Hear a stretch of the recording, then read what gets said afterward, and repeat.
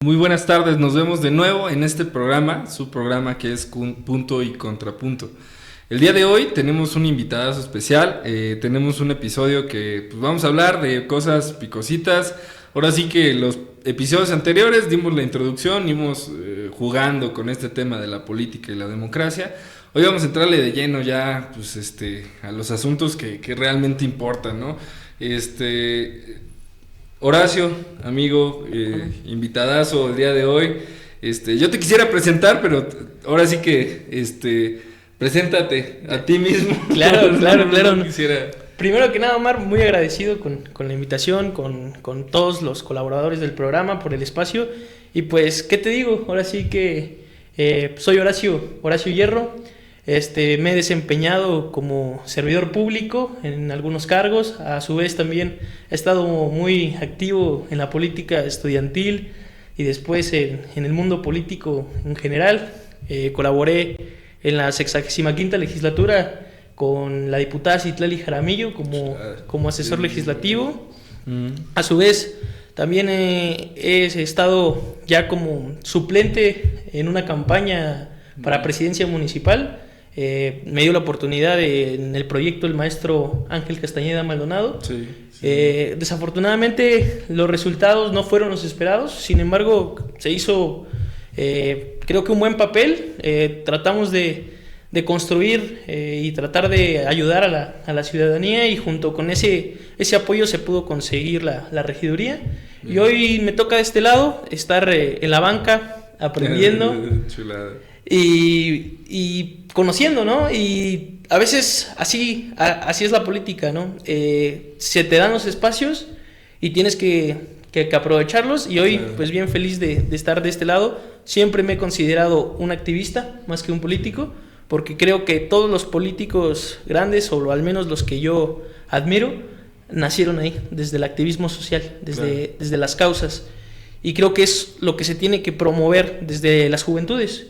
El mundo político no es para enriquecerse o para hacerse de dinero o de fama o de un nombre, al contrario, es para servir a la ciudadanía. Sí, ahorita que menciones esta parte, ¿no? De los proyectos, de lo que uno hace, ¿no? Hoy el programa va a ir muy enfocado también, por ejemplo, en la realidad del Estado, pero claro. La realidad del Estado, ¿no? Ahorita mencionabas mucho esta situación, ¿no?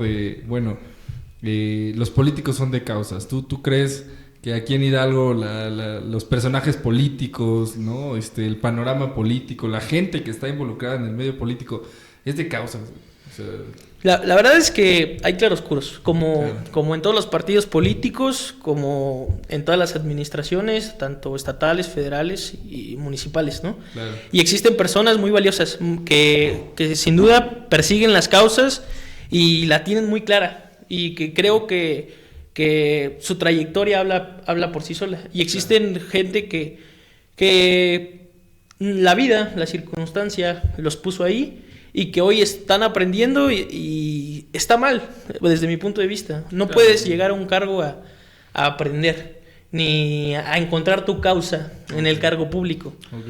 Pero existen personajes los cuales son destacados en la administración estatal. El propio secretario Tellón, yo me atrevo a decir que está intentando de hacer las cosas distintas, y es un perfil que es muy criticado en redes. Es polémico. Miguel Tello, a mi consideración, se me hace como aquel joven que quiere hacer política, ¿no?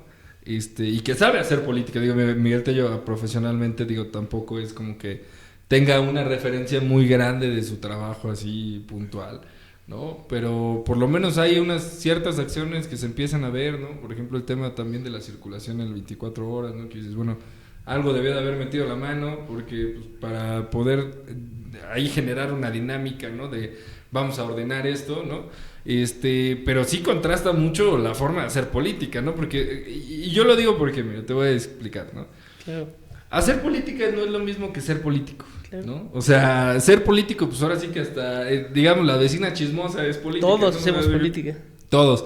Pero realmente hacer política, ¿no? O sea, el quehacer político, las personas que piensan y que tienen la facultad de decidir, yo en ese sentido respeto también a los personajes políticos, Pero hay personajes, ¿no? Yo no estoy diciendo Miguel Tello, yo no estoy diciendo X o Y, ¿no? Pero hay personajes que dices, bueno, tienen trayectoria y tú los ves y, bueno, emanan de un partido o de otro partido, ¿no? Termina siendo, ahora sí que una mezcolanza de cosas, ¿no? Yo diría, creo en ese sentido, que el que hace política, ¿no?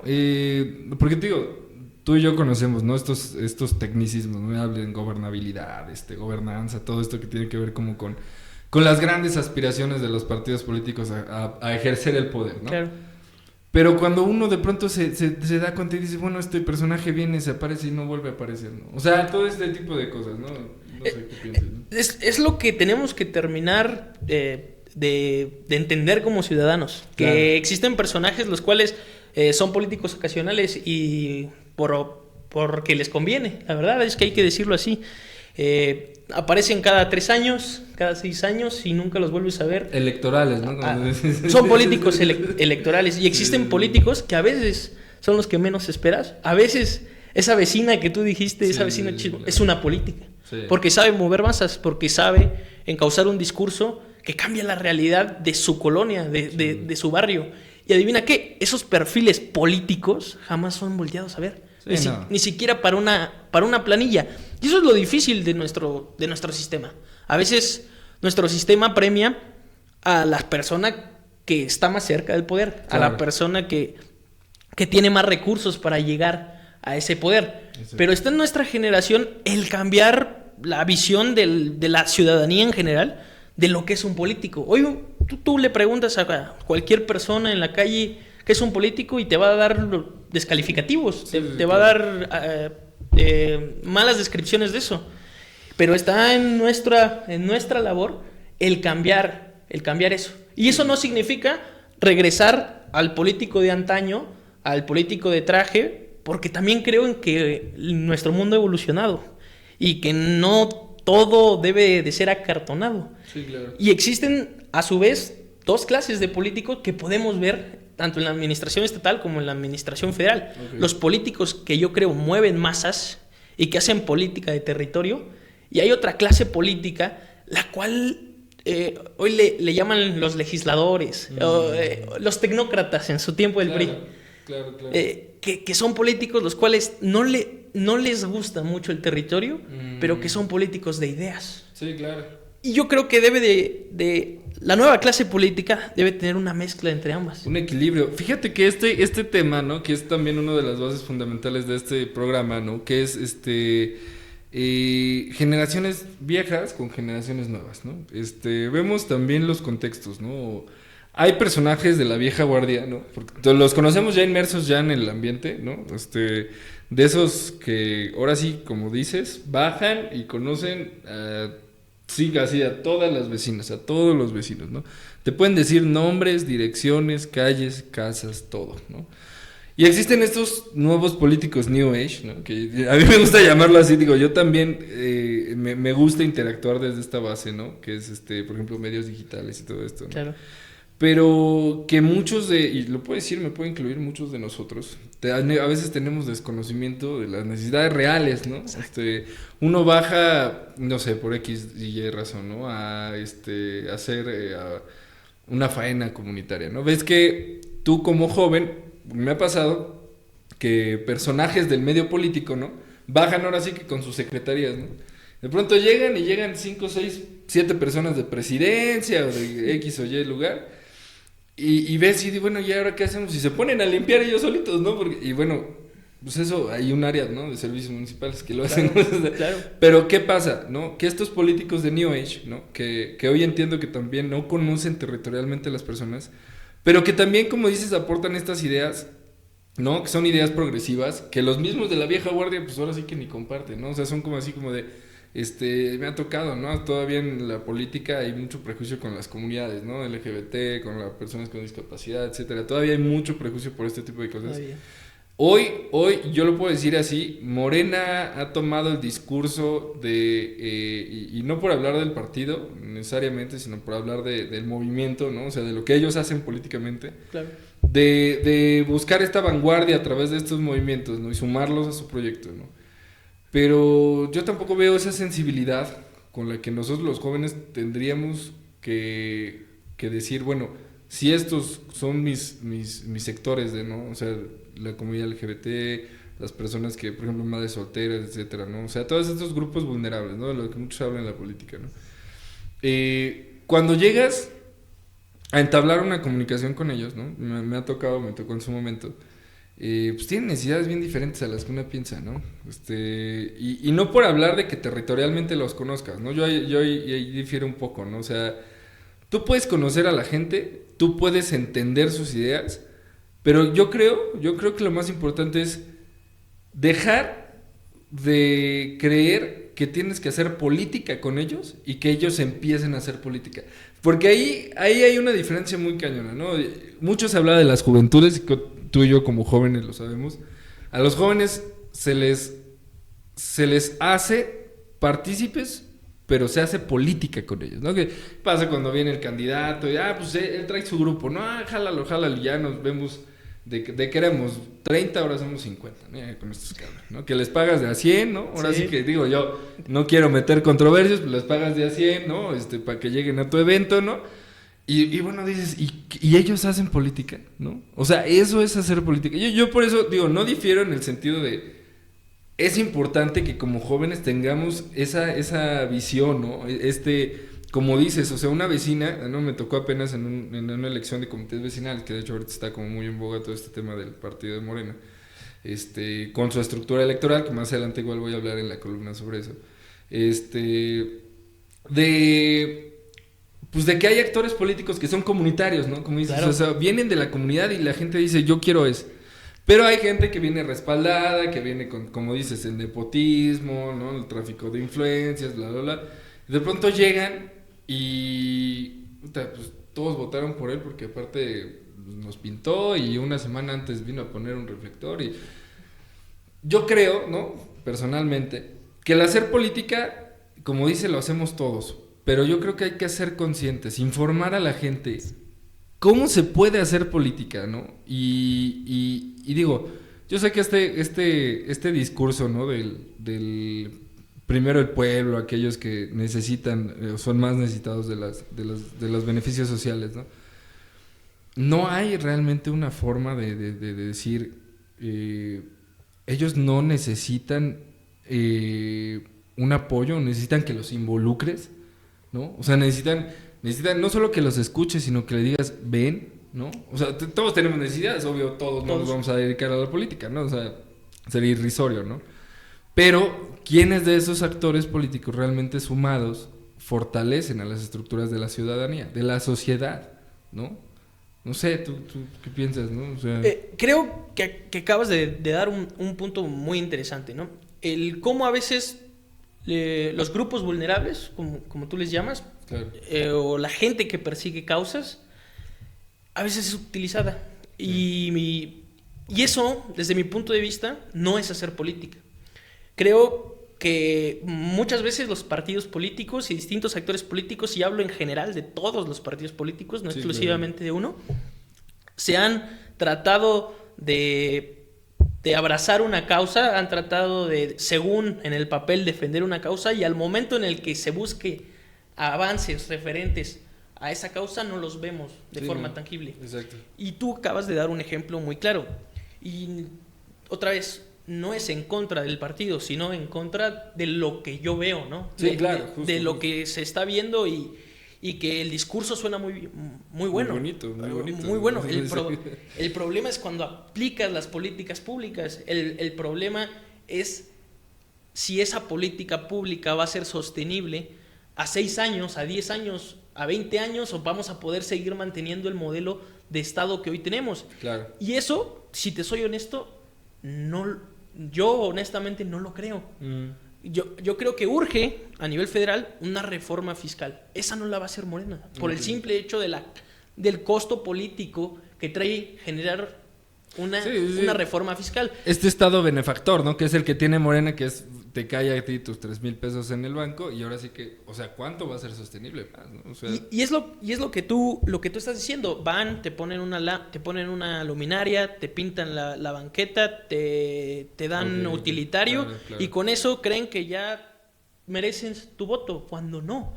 Sin embargo, creo hoy, profundamente lo creo y lo afirmo, que la ciudadanía poco a poco está cambiando su mentalidad. Sí. Y yo lo veo en colonias como la Felipe Ángeles, de aquí de Pachuca, lo veo en colonias como Camelia, como El Lobo, en las cuales sí se habla sobre, oigan, va a venir tal político y nos va a traer este apoyo.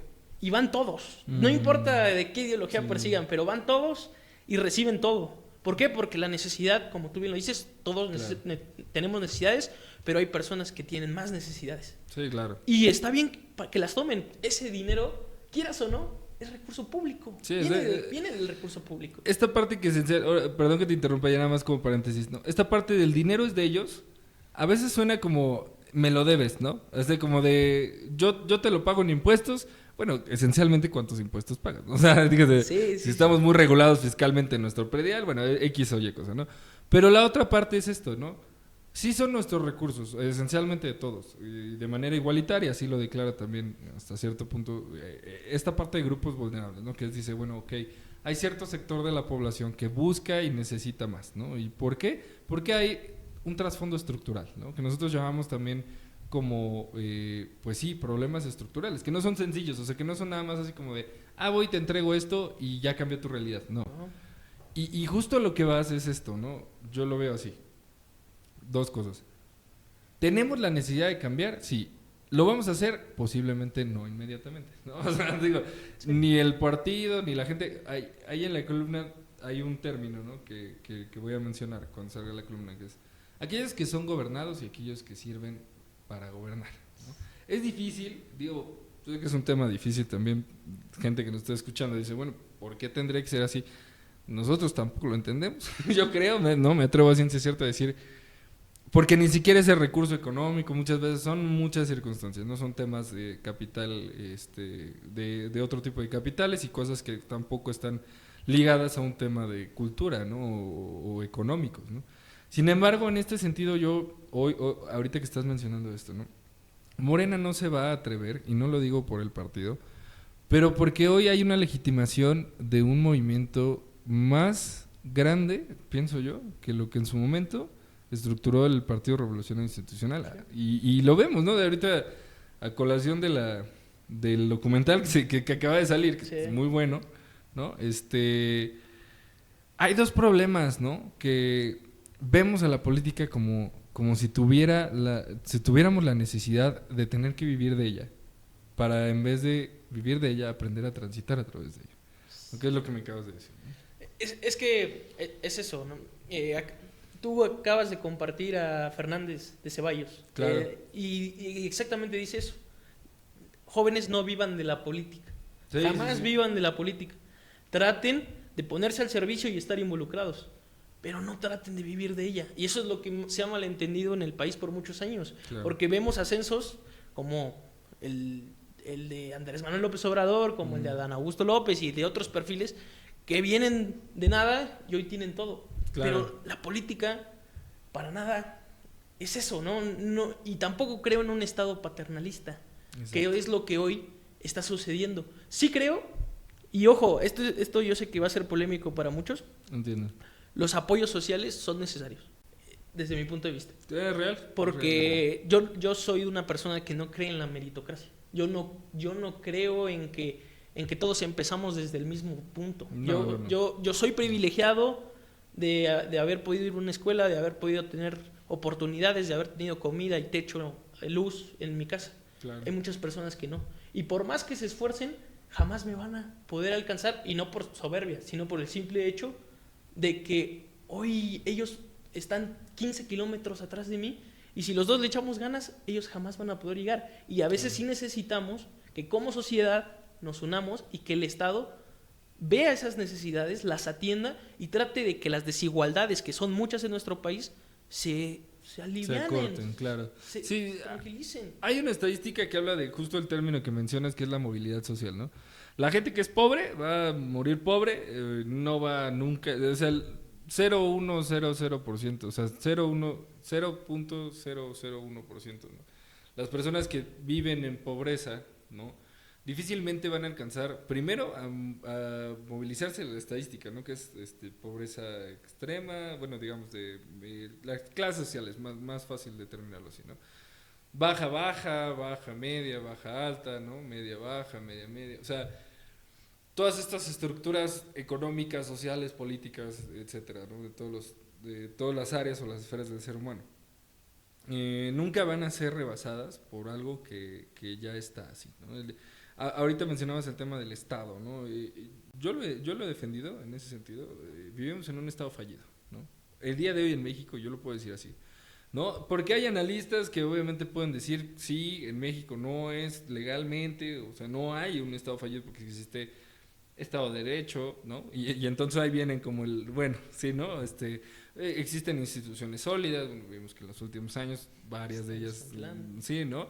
Entonces, democracia libre, ¿no? Que es una de las estadísticas también del índice democrático, ¿no? Y vemos acordeones. Vemos acordeones, vemos que el Poder Judicial se vota, ¿no? Cuando en países de Latinoamérica y en países europeos se trató de implementar este mismo modelo y nunca funcionó, ¿no? O sea, hoy tal vez este programa, ahora sí que nada más viendo como de este lado, ¿no? Este programa se llama Punto y Contrapunto, por eso mismo, ¿no? O sea, tenemos dos ideas, ¿no?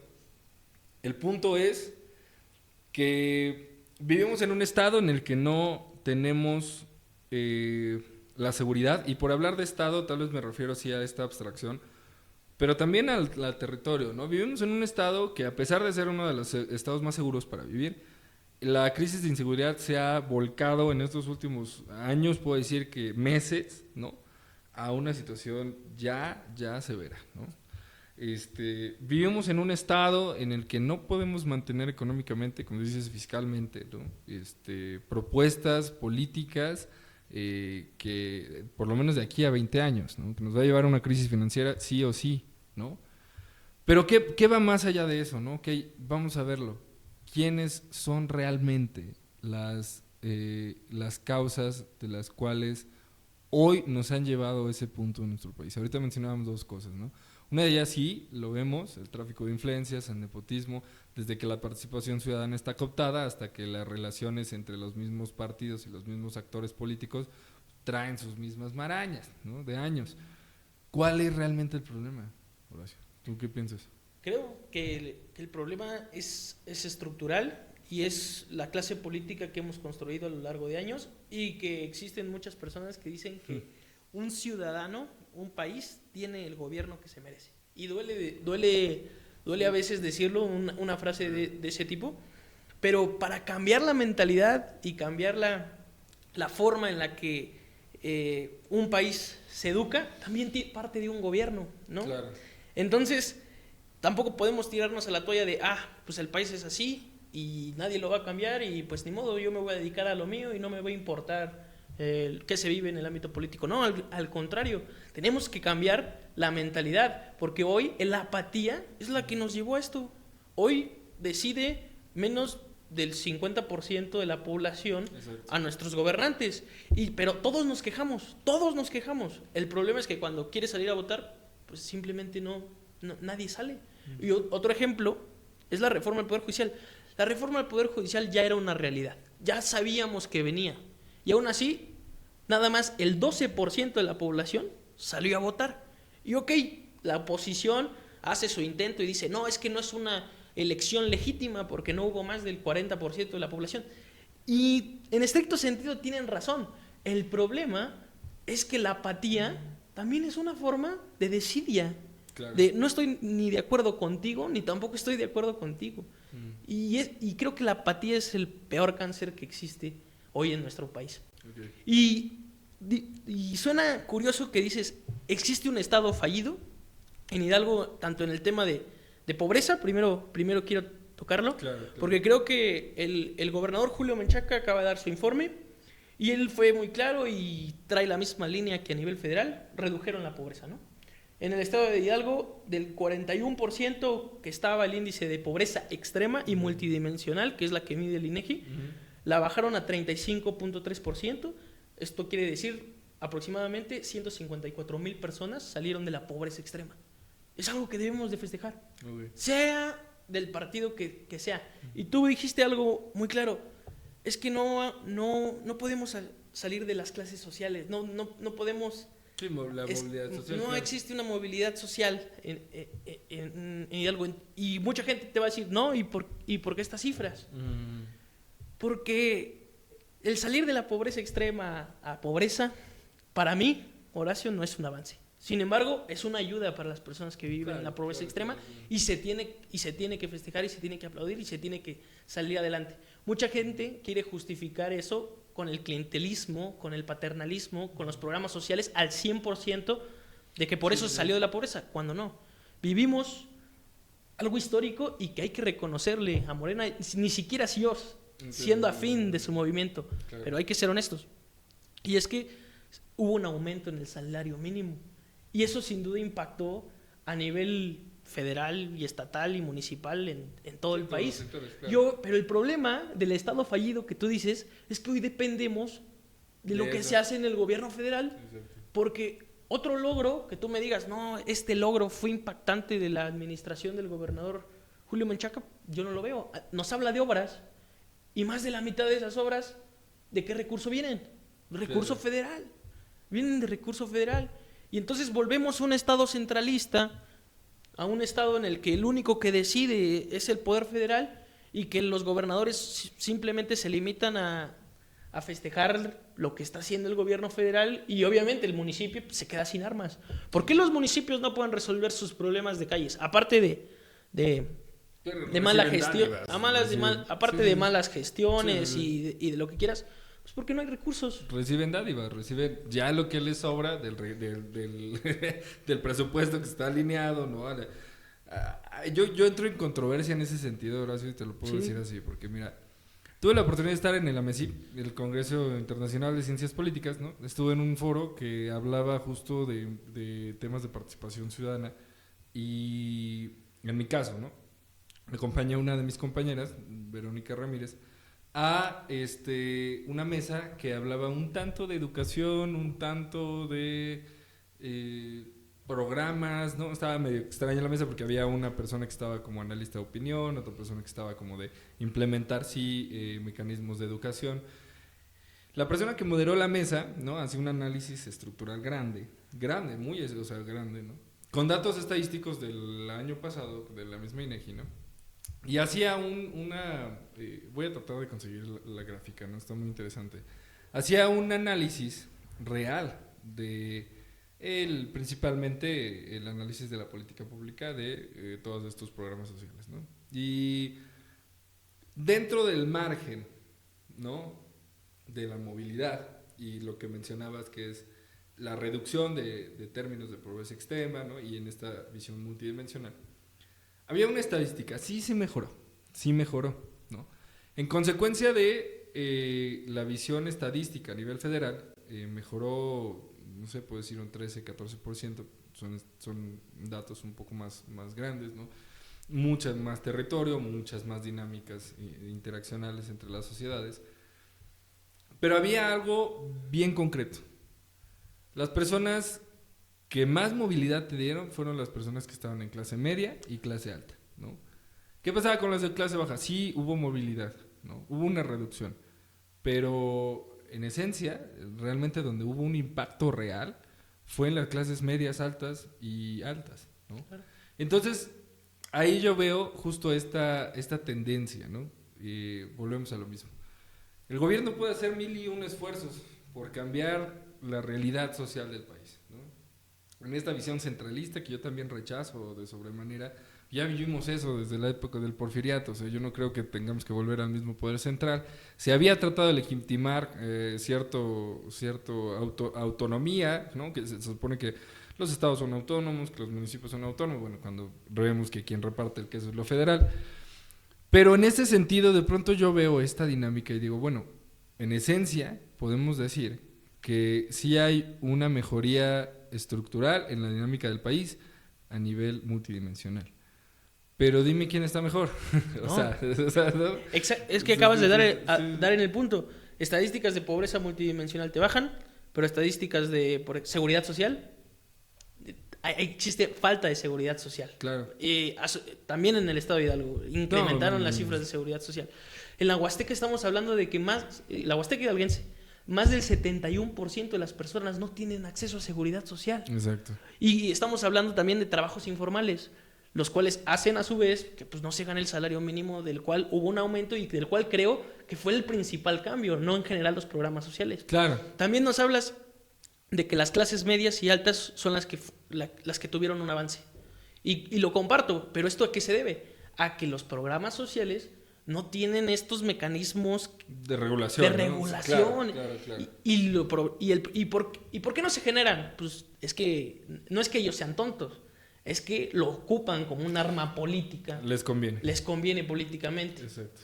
Y seguimos en este círculo de que todas las políticas públicas, todas las acciones que se tomen de gobierno se basan en el resultado que se va a tener en las urnas en los próximos 3 años o 6 años. Y eso es el cáncer que se ha vivido en Hidalgo y en México.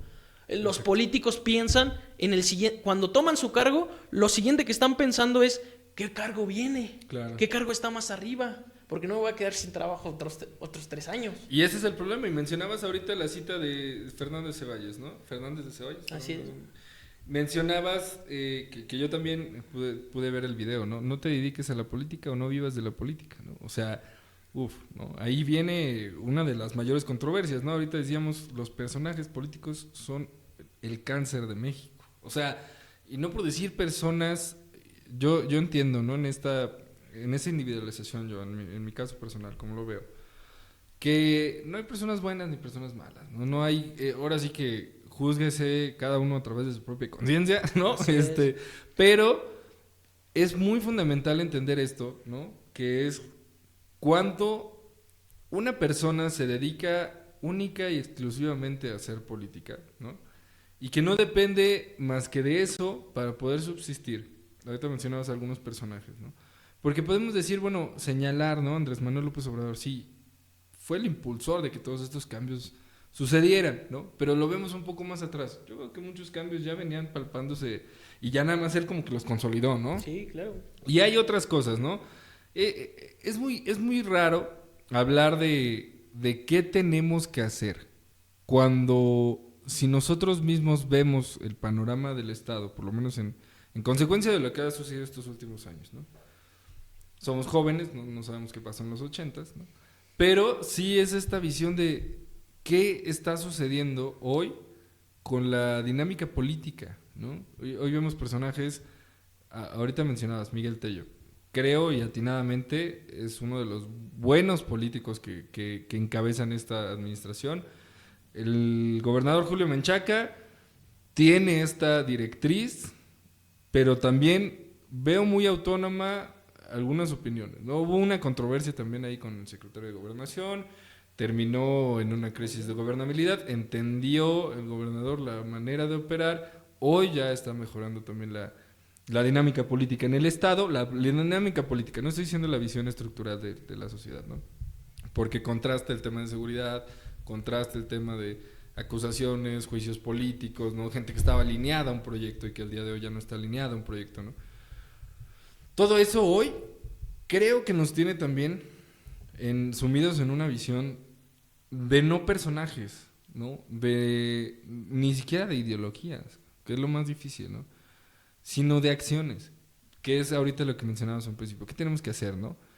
¿Qué tenemos que hacer hoy? No dedicarnos a la política para ser políticos, sino hacer política para ayudar a otros, para mejorar el bienestar social de otros, para impactar socialmente, aunque sea en un apoyo mínimo y cambiar la realidad de una persona. Creo que eso es importante. Pero también a conciencia, ¿no? Dices, bueno, los personajes que hoy están inmersos o involucrados en la dinámica política generan una misma dinámica que han generado durante todos los años los mismos partidos políticos. Tratar de mantener el control electoral y buscar afinidad en las ideologías para mantener un proyecto consolidado. Y que la verdad yo no lo entiendo. No entiendo por qué esa visión del PRI más viejo se sigue trasladando a nuevas corrientes y que se supone que es una corriente pues completamente distinta, ¿no? Una corriente de izquierda que se supone que tendría que estar con las causas, con la gente. Y vemos a personajes como Guillermo Olivares, que no me da miedo decirlo, es una persona que no está haciendo bien su trabajo. Exacto. Que la verdad genera conflictos en el Estado, que en lugar de dar soluciones genera problemas a la administración y da de qué hablar a la nota del chisme político, en lugar de estar hablando de políticas públicas de calidad, cuando se supone que es tu segundo al mando en el Estado, ¿no? Sí, claro. Y que lo ha mantenido, y entiendo que tiene una muy buena relación con él, pero en varias ocasiones ya ha cometido errores. Sí, fuertes, que está de más traerlos a la mesa, pero que son muy fuertes y que dañan al Estado, que lo polarizan, que genera conflictos, que genera choques. Y me vas a decir, bueno, pero es que Miguel Tello hace lo mismo en redes sociales, siendo que es distinto. Sí, no, y en esencia es muy distinto, ¿no? Una cosa es generar polémica en tu tiempo libre, hablar de tu partido, de tu ideología y darle sazón a la política, porque también es eso. Sí. Y otra cosa muy distinta es, desde tu cargo, cometer errores que le cuestan vidas o que dañan o revictimizan a las familias, ¿no? Claro. Otra persona dentro de la administración, que igual tocaste el tema de seguridad, que creo que es importante pues decirlo, Salvador Cruz Neri, que si bien él no inicia el gobierno, pero a mí se me hace algo muy triste que quiera mentirnos a la cara, o al menos así lo veo yo. A lo mejor yo soy el que está mal, pero nos habla en el Congreso del Estado, en su última comparecencia. Se vienen las nuevas comparecencias, hay que estar atentos a las comparecencias, hay que formular nuestras preguntas, ¿por qué no? Y a lo mejor algún diputado las presenta, hay que estar en eso, hay que también estar en esto. Pues Salvador Cruz Neri en la última comparecencia dijo: no, pues es que son casos aislados. Es que se han dado, le preguntaron, hay distintos episodios de violencia en el Estado, en Tula, en la Huasteca, en Tizayuca, en Atopan, en Pachuca, o sea, en cuerpos en las calles, en fosas, en San Agustín Tlaxiaca, igual encontraron una zona en la cual quemaban cuerpos. Okay. Y él nos dice, no, es que son casos aislados. La verdad es que es insultar a la inteligencia de la sociedad. Sí. Y que nos presuman en el informe de gobierno, y yo lo dije en un video que hago en mis redes sociales crítico al gobierno, que estamos entre los 10 estados más seguros de México. Y es debatible, ¿no? Traté de buscar datos referentes a eso, dije no voy a hablar sin antes informarme, y pues no encontré ninguna estadística certera que me diga estos son los estados de seguridad en cada estado, claro, y Hidalgo está en tal lugar. No, a diferencia de lo que sí hay en pobreza, ¿no? Claro, sí. Sin embargo, desde esa estadística ellos presumen ser uno de los estados más seguros, cuando vemos episodios lamentables en el estado y vemos reportes como el de la DEA, que nos dicen que en el estado de Hidalgo hay presencia de 3 grupos de crimen organizado, y que lo creemos porque aquí el problema del huachicol está a la orden del día. Existieron distintos decomisos y a su vez lugares donde se fabrican estas drogas, y que nos digan que son lugares aislados, esto daña la política, esto lacera a la ciudadanía, y son cosas que hay que cambiar. Creo que no poniéndole la estrellita, porque también hizo muy malas cosas, pero si algo le puedo reconocer a Enrique Peña Nieto es que salió públicamente y dijo: pido perdón, claro, porque me equivoqué. Claro. Y a veces eso tenía que hacerlo 5 años antes, 4 años antes, dentro de su administración. Antes de que quemaran la estatua ahí enfrente del Palacio del Gobierno. Antes de que sucediera lo de Ayotzinapa. ¿No? Claro. Ahí en Ayotzinapa tuvo que, en lugar de crear una verdad histórica, salir y pedir una disculpa y cargar con la carga que tiene eso, política, porque tiene una carga política. Sí, no, histórica.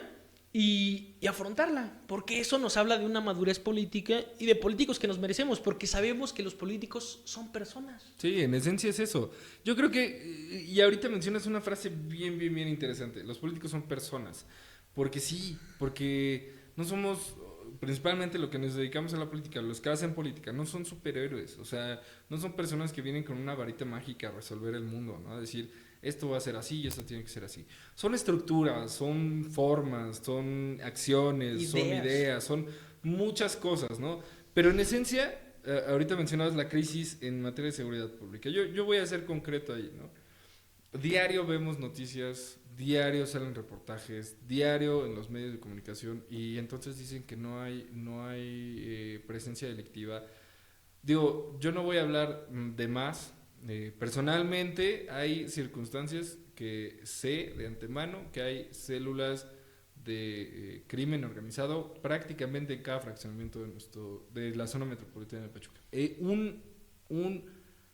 Si no laboratorio, un punto de venta, las personas que están involucradas en el medio del narcotráfico, ya hoy gente que se dedica literalmente a matar sicarios, gente que está ligada también al tráfico de armas, que no voy a meterme más porque muchos políticos también tienen sus influencias dentro del tema del narcotráfico. Eso lo hablé en mi primera columna que tuve la oportunidad de publicar. Porque estamos en un narcoestado, eso es a ojos de todos, ¿no? ¿Qué fue mi propuesta? La despenalización del uso de sustancias. Y no esencialmente el uso de sustancias sintéticas. Hay una estadística por ahí en Portugal, donde se despenalizó el uso de ciertas sustancias. Y mejoraron los índices primero de uso, abuso y también los índices indirectamente de VIH, de personas que por inyectarse tenían VIH, ¿no? ¿Y qué nos deja esto ver en una dinámica muy fuera de contexto de nuestro país? Portugal, digamos, en la zona de Europa, son zonas de primer mundo, ¿no? Que son contextos sociales muy diferentes, pero que no tenemos que dejar de soñar, no tenemos que dejar de pensar y de creer que por lo menos la despenalización como lo ha hecho Uruguay, como lo han hecho otros países, ¿no? Canadá en ciertas zonas, ¿no? Que han previsto esta visión de hoy no vamos a... Y lo decía Andrés Manuel, está en su discurso, abrazos no balazos, ¿no? Pero sí, o sea, sí, abrazos no balazos, pero entonces no te escondas, ¿sabes?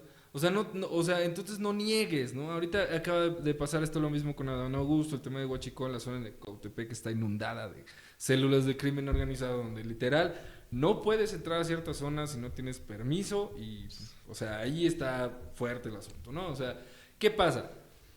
Hoy no podemos taparnos los ojos, ¿no? Y si no puedes tapar el sol con un dedo. Pero no podemos tampoco revictimizar ni criminalizar a la gente también que está ligada a estos temas. Pero a su vez, no podemos tampoco dejar de pensar que son responsables directamente los actores políticos de preservar no solo el discurso, sino las dinámicas, la coerción, la represión. Ahora sí que a colación de esto que mencionabas de la participación ciudadana, sí, ¿no? Los ciudadanos a veces sí quieren participar, pero hay mecanismos de coerción también. O sea, hay mecanismos donde dices, tú no, güey. Tú o sea, como dices ahorita, digo, no es por así, pero quédate en la banca, ¿no? O sea, ¿por qué? Porque de pronto las voces resuenan y dices, bueno, pues aquí, o sea, como que me estorbas más de sumar, ¿no? Pero ¿qué pasa? Que tenemos ideas, ¿no? Como individuos, como seres individuales, personas, que muchas veces, aunque no puedan ser las correctas, ¿no? Yo una vez, en una protesta, ¿no? Traía una manta que decía, las minorías con las ideas revolucionarias correctas no son una minoría, ¿no? ¿Por qué? Porque aunque seamos pocos los que pensamos que puede haber un cambio, ¿no? O sea, en un cambio de discurso, no un cambio mercadológico, no un cambio de ahora ya no son los ricos, ya son los pobres, pero va a ser lo mismo, ¿eh? No se crean que va a cambiar algo. O sea, es este tema de, ok, realmente necesitamos ese cambio, ¿no? O sea, ya hoy, ya necesitamos un cambio, es real. Sí, lo necesitamos y creo que otra vez es nuestro trabajo el concientizar a los que vienen atrás de nosotros para que empujen por ese cambio. Los jóvenes. Ya viste lo que pasó en Nepal, ¿no? Sí, súper. O sea, llega un momento en el que la sociedad truena, se harta y cualquier dictadura, por así decirlo, cualquier gobierno que ha estado por años en el poder va a caer. Y le pasó al PRI. Y en Morena se ha desgastado más rápido por sus propios defectos internos. Sí, por lo que decíamos, lo estructural, lo que no se puede cambiar. Lo que lo forma. Y es que el problema es ese, que nada más hubo un cambio de colores. Y quien sigue gobernando, la misma idea que se tiene es la de hace 20 años, 40 años. Claro. Específicamente en lo que mencionas sobre la legalización. Creo que la política de un Estado prohibicionista es lo peor que le puede pasar al ciudadano. Y hoy estamos regresando a eso, estamos prohibiendo los vapes, ¿no? No, los corridos, Los solo eso. O sea, los corridos, estamos limitando el derecho a la libertad de expresión en exacto. algunas legislaciones como la de Puebla o la que se impulsó en Durango por Laira Sansores. Exacto. Estamos viendo que hoy esa es la política pública, el tratar de ir a prohibir. Las escuelas estamos limitando el consumo de azúcares y de dulces a los niños y hay que prohibírselos. Cuando es mejor tratar de educarlos de una forma distinta. Claro. Específicamente en el tema de drogas. Y me voy a enfocar en la marihuana porque es un tema que hasta la Corte ya ha resuelto de una forma y el legislador simplemente ha dicho no, porque el Estado sigue siendo chapado a la antigua, sigue conservando esas figuras que nos han hecho daño. El 53% de las personas en general creen que estar a favor de que se legalice la marihuana. 53%. Y en jóvenes, el 73%, es decir, la generación que viene, mucho más de la mitad, sí, claro. está de acuerdo en que se legalice. Creo que es el paso que hay que seguir, pero hoy seguimos en un estado prohibicionista y que por más que tratemos de darle datos y estadísticas de otros lugares o de otros sectores, ellos van a estar cegados y hasta que no llegue ese cambio que todos anhelamos y que suena feo, pero va a tener que luchar contra un sistema el cual está muy arraigado en nuestro país, porque hay muchos jóvenes con muchas ideas que yo admiro y que digo, no manches, es que este es el modelo, hay que ir ahí. Pero una vez que toman el poder o que están adentro de esas estructuras, cambian completamente, ¿no? Podemos ver no recuerdo su nombre, pero quien creó el partido Futuro en Guadalajara, Jalisco. Hoy trabaja como servidor público en el IMSS, le va muy bien y creo que tiene un cargo muy alto, pero él inició tratando de generar eso, un nuevo partido político en el cual se supone no se iba a asociar a nadie, y en las últimas elecciones Futuro se asoció o fue en coalición pues, con Morena en Jalisco. Y yo voy a tomar un ejemplo, perdón si raspo muebles, pero Ana María le hizo alcalde, nació de una protesta ciudadana. Yo difiero, entiendo que también cada quien trae sus intereses, digo, pues, o sea, ¿no? O sea, yo soy 132, varios movimientos que en su momento se hicieron fundamentalmente y asociados también al tema de las ideologías digitales, ¿no? Que toda esta tendencia. Hoy, por ejemplo, hay movimientos, ¿no? Que se dan desde las redes sociales, que igual me gustaría ahora sí que tocar ya para terminar, o sea, que de manera de colofón esta última parte, ¿no? Se mueven temas, por ejemplo, con asociaciones que a través de procesos, ¿no? Voy a citarlo, ¿no? Migala, ¿no? Que es un proceso que hoy está tratando de conformarse un partido, sí. Es extraño, tienen organizaciones interesantes y propuestas interesantes, pero a su vez no tienen la sensibilidad de saber qué es un movimiento político. Ahí yo creo que hay una distancia así, ¿no? Entre lo que es política y lo que es un movimiento social. Y algo de lo que hago reflexión también en esta columna que va a salir, es que si siempre la participación ciudadana va a estar ligada a la política, y si no, podemos pensar en alternativas de participación, y no por hablar de política por lo que es en teoría política, ¿no? Sino por hablar de lo que hoy es la política en México. Y yo nada más cierro con esta parte, ¿no? O sea, hoy, si no hubiera un partido político que nos represente, que lo hay, y en todos los países, ¿cuál sería nuestra idea como mexicanos? ¿Qué nos uniría? Y yo te voy a hacer una pregunta, Horacio, así que igual ya empezando a cerrar esta última parte, si tuvieras que dar un consejo brutalmente honesto, principalmente a los hidalguenses, pero también a los ciudadanos de México, ¿cuál sería? El consejo es, nunca dejen de ser idealistas. Mucha gente me ha criticado mi forma de ver la vida, me ha dicho, es que tú eres socialista, tú eres de izquierda, porque quieres apoyar a la gente que no tiene, y eres de Morena y te clasifican, cuando no, simplemente soy idealista y creo que todos podemos jalar para el mismo lado y que no necesitas pasar sobre nadie, claro, para poder tener una estabilidad y ahora sí vivir en la justa medianía, que es lo que yo motivo. Y es muy fácil decirlo con un iPhone en la mano y es muy fácil decirlo cuando no llegué a pie a este programa. Entiendo. Sin embargo, el tratar de luchar por las personas que menos tienen no significa el matarte de hambre, ni significa el aparentar ser pobre, porque aparentan ser pobres. Es el generar ideas que muevan al mundo y que con tu voz puedas cambiar la realidad de las personas que están a tu alrededor. Y ese es el consejo: cambien la realidad de las personas que están a su alrededor. No se necesita llegar a un cargo público, no se necesita ser el mejor político, el presidente de tu colonia, de tu barrio, ni siquiera ser delegada o delegado. Lo que necesitas es voluntad para cambiar la realidad de las personas que te rodean. Claro. Y eso es lo que hay que hacer. Y si todos hiciéramos eso, hoy viviríamos en un México distinto. Y suena romántico y me van a criticar muchos, pero hay que ser idealistas y hay que luchar por cambios. Decía un filósofo, ¿no? No recuerdo si es argentino. Se me fue su nombre, ¿no? El que escribió El túnel, ¿no? Sabato, Ernesto Sabato. Creo que sí es argentino, corríjanme si no. El ideal solo sirve para tener un lugar al cual alcanzar, ¿no? Es como tener Metas. sí, una montaña a la cual sabes que nunca vas a llegar, pero lo importante del ideal es que sirve para caminar, ¿no? Sí. Y ahorita hacía referencia a esta medianía, ¿no?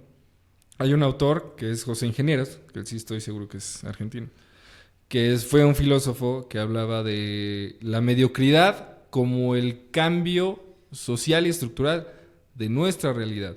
Y mencionaba en este sentido que el hombre mediocre es aquel que se contenta con eso, con la medianía, con el estar medianamente bien, ¿no? Pero ¿qué pasa? Que los que estamos en esta media, ¿no?